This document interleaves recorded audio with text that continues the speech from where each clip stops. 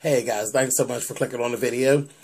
This is going to be Love and Hip Hop New York, Season 5, Episode 3. Okay, so I'm still just getting used to dealing with these here folks. These folks are something else. So we start right off. Amina and Peter and Tara had this whole big confrontation. He was supposed to meet her out for lunch, and then he missed it, and then she was driving through and seen his car, and here he is with his ass having lunch with her and the kids. So she approached him and all of that, and that's where we cut before. So we come back in. She's like, hey, you know, whatever. She wasn't making a scene. She hadn't snapped out yet. And Tara opened up her mouth and turned around and said, not in front of my kids, please, this, that, the other. You know, I noticed something about that Tara, honey. Tara thinks it's cute because she knows that for whatever reason at this point, she's on the winning end, it seems. She's getting more of his time than Amina is, which is crazy to me because generally where there's a new baby involved, you be on the losing end to the new baby. But for whatever reason, this asshole is flipped around the other way. It's just ridiculous. And it's really painful to even watch that there are two women that are stupid enough to even do this. He's not a millionaire. You know, he's probably, you know, comfortable money-wise. He's not a millionaire. And the motherfucker definitely is not good looking. I look at that motherfucker. That motherfucker looked like an old, worn-out motherfucking wallet in the face. Like somebody been in and out of his face 900 times. Just, it's ridiculous. But they're having this whole thing. He takes her, he goes off with Amina to the side. They're talking. She ends up sitting down on the ground. He's telling her, you can't sit there, this, that, thing, and the other. On and on and on. He walks off, leaves her. She's sitting on the curb, disgusted. Fucking Tara goes over there to console her. Really? Where the fuck do they do that at? Where the fuck do the other woman come to console you and all this kind of carrying on? She literally sat down on that floor and said to that bitch, why don't you just take him back? I was just sitting there with my mouth hanging open. I ain't never seen such a display of ridiculousness in my life. In my life. You don't need her to take him back, bitch. Get up and go the fuck on about your business. Go on about your business. Later on in the program, we see, you know, when he finally do decide to come home, we actually see him go on and tell her, you know, he's talking about some shit about he gonna come home a little more often and this, that, thing, and the other, and she's good for it. Like, okay, you know, whatever. If I was her, I would take my ass and get on the first red eye going toward Germany, baby, and I would be on it. He would never see that baby. Never. I'll send you court papers for you to pay for it, but you surely will never see it. It's ridiculous. Let him and her go on. Let them go on. And she wrote that Tara, she really thinks that what she's doing is cute. That's what I noticed about her this episode. She thinks that what's going on is actually cute. She met up with Yandy and, you know, and she's talking, they done sat up and planned a vacation to Barbados. Where the fuck did they do this? How can you even sit and tell me that you planned a motherfucking vacation with your kids' mother and your kids to Barbados and I ain't going?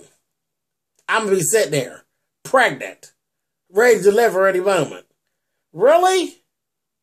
Girl, bye. Bye. That's dumb.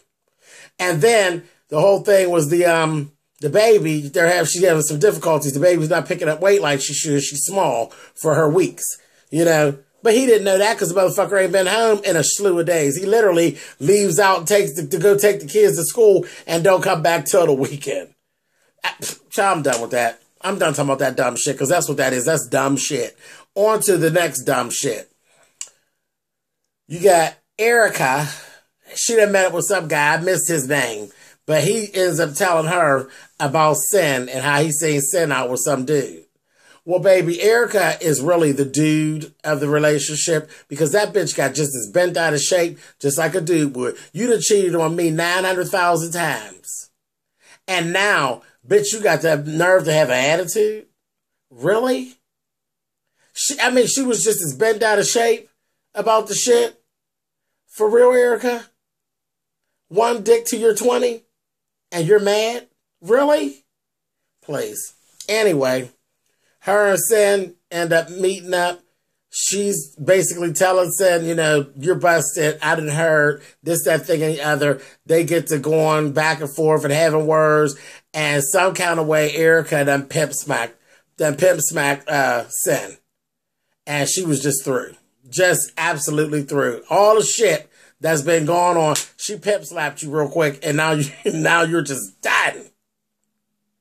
And the thing is, they fight more than they're together.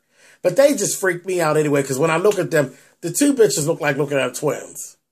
And as much as I like myself, I don't want to be fucking around with a motherfucker that looks just like me. I really don't. That just has got to be weird. Because they're the two most gorgeous motherfuckers on the show. And they literally look like sisters. And here they sucking each other's pussies. That's ridiculous. Anyway. So that's just ridiculous. They end up meeting up again. Well, first of all, Erica had gone to see Rashida. And Rashida's like kind of going through telling her, you know, about the whole, you know, that's not cool. You're really out of order that you put your hands on her. And it's that other, you need to apologize. And she was right.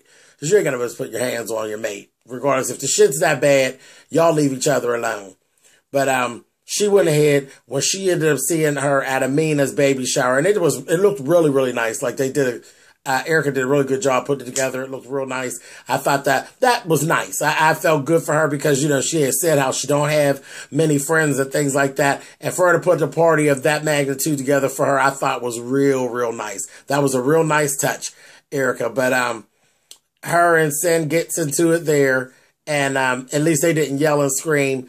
But Erica was basically apologizing. And she really meant it. You know what I mean? Until the next dick roll up by her lips. And then she going, you know how she do. Sin basically is not buying it though. So I don't know where they're going to go from here. Sin don't really want, you can tell she kind of wants to give in, but she kind of don't. Cause I don't know, maybe the guy in the car might have like fucked her sideways and it's got her really thinking. So who knows? Who knows? You know, when it comes to matters of the heart, who knows? Anyway, moving on. Cisco, that's the other couple with the situation, which is actually going on here. Well, you know, but before we even do that, there's a lot of little scenes with Mandisi and Yandy. Mandisi and Yandy are so happy that they're basically boring. And that's basically it. It's, you know, it's nice to see them and damn, somebody's happy. And you look at Mandisi, he's real, real cute. So you don't mind looking at his ass. He cool. And they had some little staged argument where he told Yandy he don't really like how she's dressing lately. And it's like she's too out there. You don't want her out there as much. But I mean, that's part of her job is actually to be out there. She needs to be visual. And he knows that. And they got over the fight just that easy because they just needed to do something because they was too happy. And happy don't work on Love and Hip Hop. So anyway, that's it. I ain't even getting ready to dedicate no whole lot of time to the fact that they was happy. It was fucking boring. It's cute, but it's fucking boring. And for the record, Yandy has picked up weight and all her motherfucking clothes are too small. So it ain't just one outfit, bitch. It's every outfit you put on. But that's cool. Ain't no big deal. Don't nobody care. The little cute man ain't going nowhere, but maybe back to jail. But other than that, everything cool. Y'all go on. Hey, don't bore me with this shit. Anyway, moving on. So our last couple is that motherfucking, the strawberry cunt and, Punjab. That damn Cisco. He done met up with his mother, and Lord have mercy, when I looked over at his mother, I just broke out to laugh, and I said, oh, she looked just like him with a wig on. A fucking mess. But he's basically blaming her because he was the product of an abusive relationship, and this, that, and the other. Man, you're grown. Get over that shit and move on. Oh, you know, I really like her. I like Diamond and this, that, and the other. But then you're blaming all of the relationship problems on your mother. Fuck all that shit. His mother told him to fucking move on too. Move the fuck on. Go on and be with the girl. She's nice. Whatever. We found out he done lied to her too. He got a 6-month-old baby. So he didn't tell her. She knew about his son, but she didn't know about the 6-month-old because they were dating 6 months ago when he knocked that bitch up. And it's the same girl that got the son. He has a son by. So he was like, okay.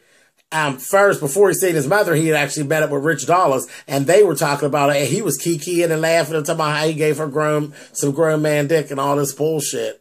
And laughing at how she responded and how he kicked her and told her she was done and all. You know, all that boy shit. He thought it was real, real cute. But at the end of the day, you want her.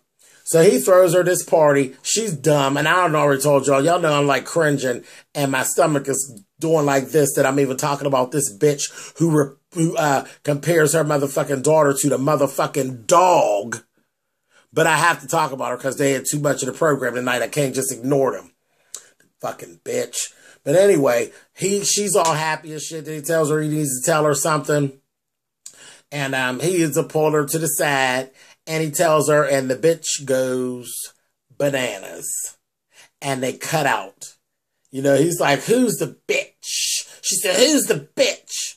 Who's the bitch? You cheated on me. You gonna say it's my son's mother. She ain't no bitch. Who's the bitch? I said, oh, okay. Even through that, through her being angry, he could have really ignored him. No, because he don't give a fuck about you really that much. He'd have told you don't call his kids his mother no bitch. You still sticking up for everybody but me. I'm not playing with her. She's dumb. That bitch is just, she got the right name. She's like a crate of rotten fucking strawberries. She's a fucking goon.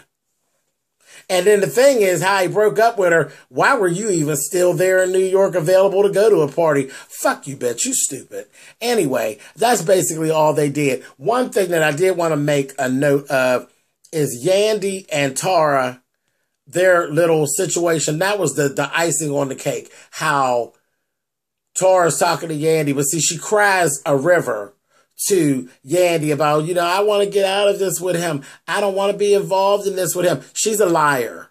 She loves it. And the fact that she thinks she is on the up end of this shit with Amina, she is loving it. And she's just full of shit. And Purse Face is going to flip on her too. He's just going to flip back and forth as long as they let him do it with his ugly ass. Letting Bitmore have no old ugly piece of leather ass face motherfucker stringing me along. That's some of that old bullshit. Anyway, that's basically all that went on with Love and Hip Hop New York on this episode. So cool, guys. Y'all can thumbs up or thumbs down. Y'all know how that works. And I'll catch up with you guys next Monday. All right. Later. Bye.